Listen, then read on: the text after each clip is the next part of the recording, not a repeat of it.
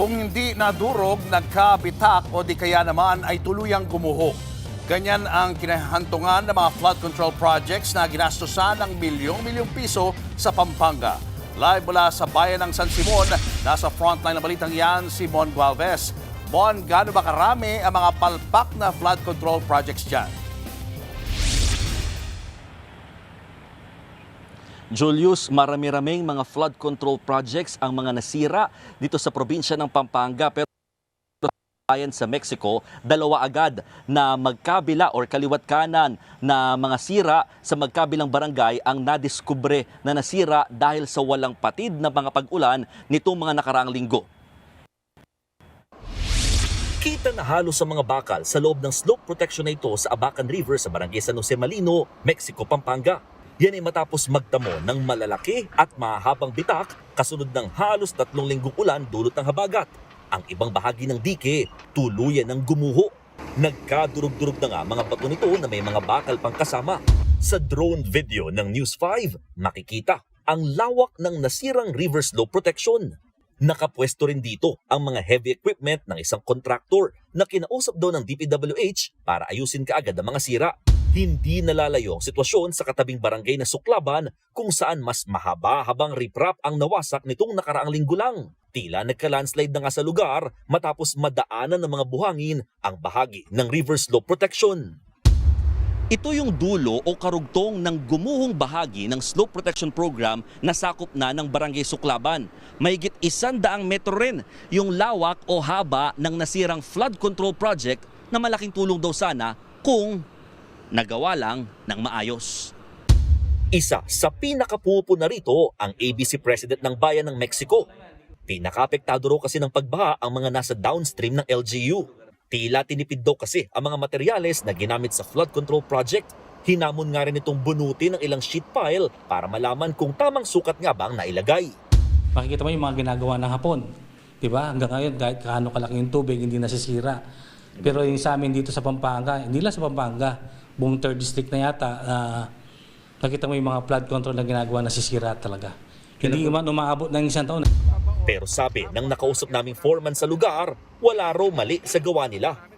Kumpleto po yung bakal kahit sino mag-check up niyan. Puputol ko yung 2 kamay ko pag stop standard yan. Sa kabila nito, sinampan sa ombudsman ng patong-patong na reklamo sina former Senior Deputy Speaker at 3rd District Congressman Dong Gonzales, ilang kaanak nito at mga dating tauhan ng DPWH. Kabilang dyan ng plunder, graft, malversation at conflict of interest.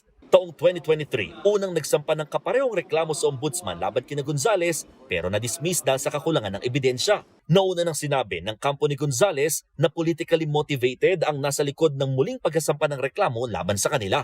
Pero sa huli, mga residente pa rin ng dehado, gaya ng pamilya ni Tati Robert na mahigit 2 dekada nang naninirahan malapit sa Abacan River.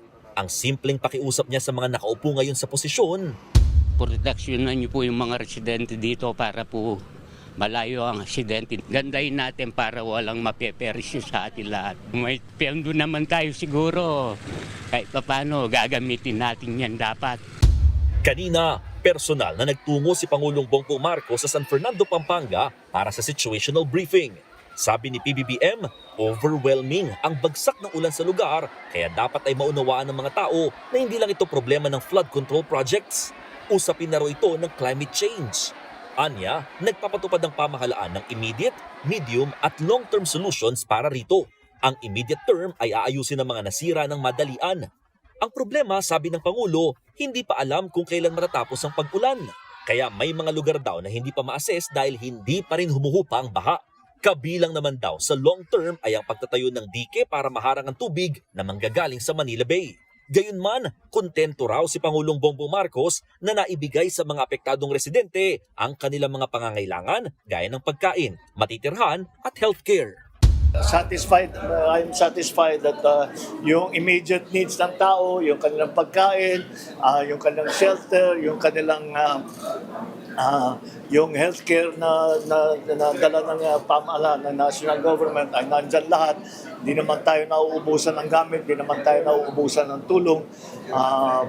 At patuloy yan hanggat nangangailangan yung tao ay binibigyan natin sila lahat ng mga kanilang pangangailangan.